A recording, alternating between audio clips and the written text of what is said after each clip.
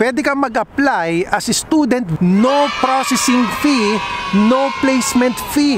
Wala ka pong babayaran pag nag-apply ka as a student dito sa Canada. At yan nga po yung nais kong ibahagi sa inyo ngayong araw na ito. Kasi alam naman po natin na yung iba mga kababayan natin, isa na sa inaayawan nila pag nag-a-apply is yung pagbabayad ng processing fees.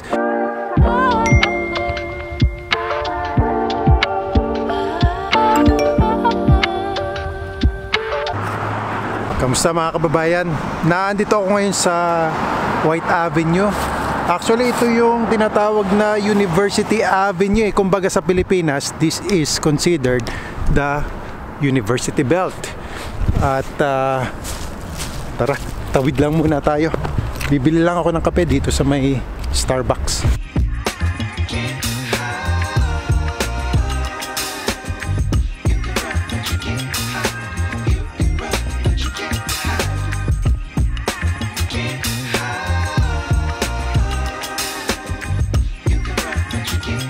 Ayos.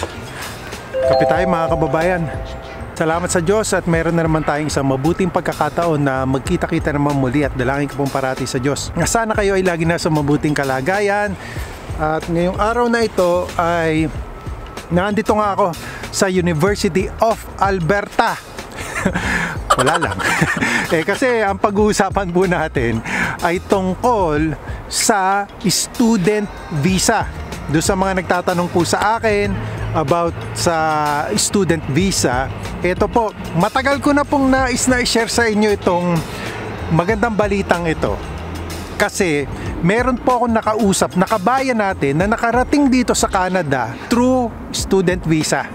At gusto ko nga sana na siya ay interviewin, pero napaka-busy daw niya kasi double job siya eh. Siya kasi yung may open work permit, and then yung asawa niya yung student visa. Kasi ganun po eh. Kung sino po yung student applicant, siya po yung may student visa, and then yung kanya pong spouse is open work permit. Ibig sabihin po, pwede siyang magtrabaho kung saan niya nais magtrabaho, pwede po siya mag-double job.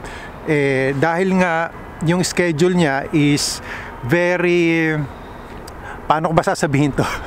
Very busy yung schedule niya dahil nga doon sa kanyang dalawang trabaho, kaya hindi ko po siya na-interview. But anyway, sinabi po niya sa akin itong magandang balitang ito na nais kong ibahagi sa inyo ngayong araw na ito, na pwede kang mag-apply as a student, no processing fee, no placement fee. Wala ka pong babayaran pag nag-apply ka as a student dito sa Canada. At yan nga po yung nais kong ibahagi sa inyo ngayong araw na ito na good news para sa inyo. Kasi alam naman po natin na yung iba mga kababayan natin is isa na sa inaayawan nila pag nag-a-apply is yung pagbabayad ng processing fees.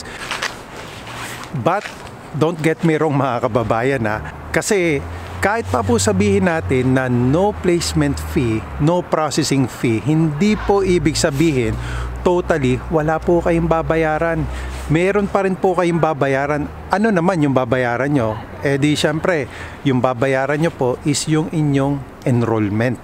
Kaya dapat po mag-budget kayo. Dapat na mag-research kayo ng konti para malaman nyo po kung magkano ba yung enrollment na sa mga university dito or sa mga school dito sa Canada. Kasi yung nakausap ko po, nakabayan natin, ang sabi po niya sa akin, bukod dun sa enrollment, kailangan nyo po kasi dito yung tinatawag nila na proof of funds. Pero doon sa proof of funds nyo po, kasama na po doon yung inyong cost of enrollment. So ibig sabihin na andun na po sa inyong bank account. Kung meron man kayong minemaintain na bank account, yung pera nung for your enrollment at yung pera na kakailanganin nyo dito sa Canada. Ang sabi nga po sa akin nung kabayan nating yon, meron po siya doon sa bank account niya na at least 1.8 million in pesos po yan 1.8 million pesos para Kasi dun nga po sa 1.8 million pesos na yon, kasama na po dun yung inyong cost of enrollment. So yan po yung babayaran nyo dun ha.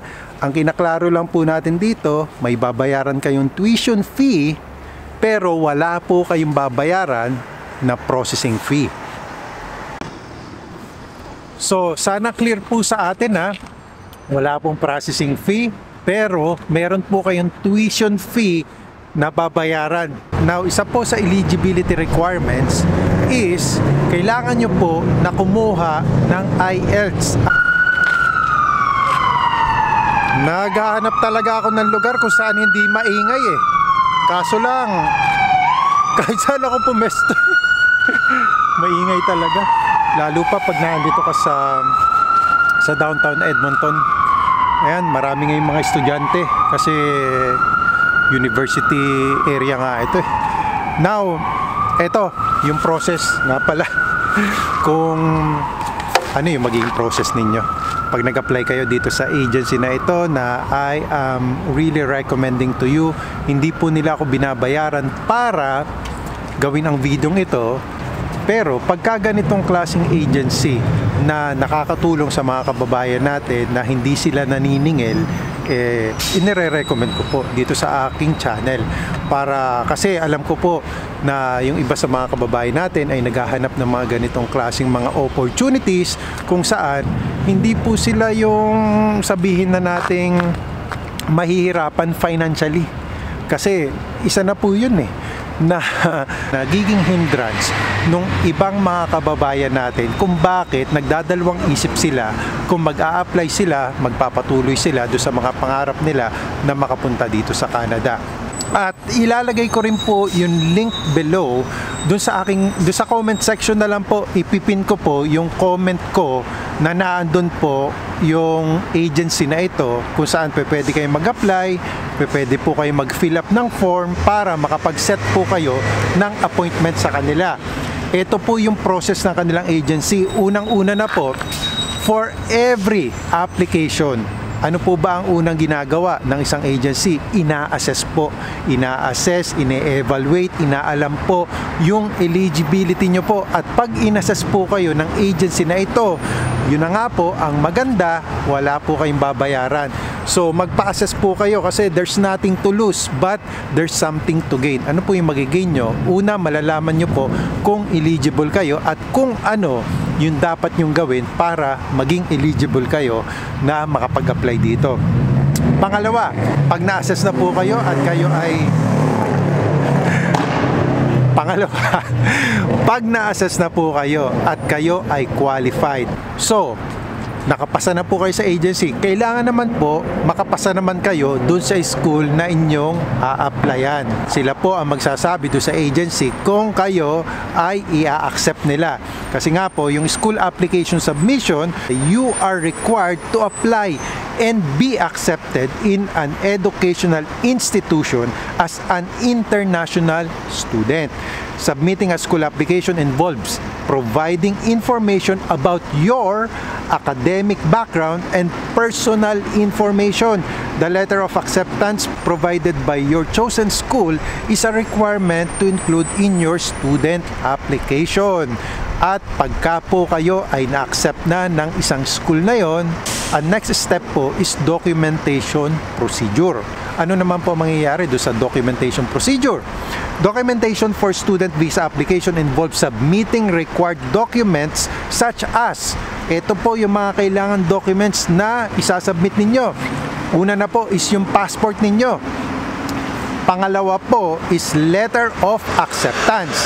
And yung sinasabi ko po sa inyo na proof of financial support, academic transcripts, language test scores, and health character certificates to show capability to study and sustain your living conditions during your stay in Canada.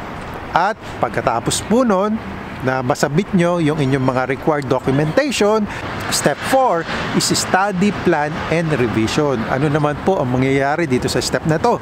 Study plan or statement of purpose review and revision is a process to ensure that your proposed course of study is aligned with your academic background. Siyempre, kailangan po aligned yung academic background nyo dun sa in-applyan nyo na kurso dito sa Canada.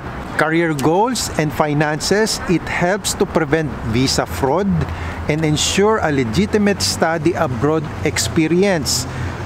Take note, there is no interview for your visa application. So wala pong interview, mga kababayan, yun po maganda. The visa officer will solely rely on your submitted documents for proof and study plan. At number 5 na step po is dependent visa processing. Dependent visa processing is the process of obtaining a visa permit for family members, yung spouses nyo po, partners, and children po who wish to accompany the student to the country where they will be studying. It involves submitting a separate visa application with supporting documents and may require additional fees and time. The purpose is to allow family members to provide support while the principal applicant is studying. And lastly, step 6 po is visa application lodging. So, yan po yung process na gagawin sa inyo pag nag-apply po kayo dito sa agency na i-recommend ko po sa inyo. Again, basahin nyo po yung comment section below. Ilalagay ko po doon, ipipin ko po yung agency na ito at mababasa nyo po doon yung entire process na sinabi ko po sa inyo. And that's it for me today, mga kababayan. I hope you like this video. If you do, please give it a thumbs up. And as always, more tips, informations, and opportunities to come. I will see you, God willing, on my next video. Samahan nawa kayo ng Panginoon parate sa inyong pang-araw-araw na buhay at sa inyong mga pag-a-apply para makamit ang pangarap nyo makapunta dito sa Canada. I will see you here in Canada. So, kita-kita tayo at kwentuhan nyo naman ako pagka nakarating kayo dito sa Canada. Kasi yung iba po mga kababayan natin, marami po nakakarating dito na mga kababayan natin na naglilib sila ng comment dun sa aking mga videos at sinasabi nila na andito na po ako sa Canada, but pag kinontak ko na po sila at i-interviewin ko na, hindi ko alam for whatever reason, siguro nahihiya sila na magpa-interview, but sabi ko nga sa kanila, maganda na ma-interview ko sila kasi magsisilbi silang inspirasyon dun sa mga nag-a-apply at nangangarap na makapunta dito sa Canada. So, yun lang mga kababayan, sana nakatulong ang video ito sa inyo. Nagbablog ako dito. Sabi ko dito na lang ako magbablog kasi walang masyadong tao. Pero hindi ko alam na eto pala ito pala ang lugar na yan. Nakikita nyo yan mga kababayan, ha? Glass yan. At marami palang estudyante doon na nakasilip sa akin at pinapanood ako habang ako'y gumagawa ng video ito. So, ayan.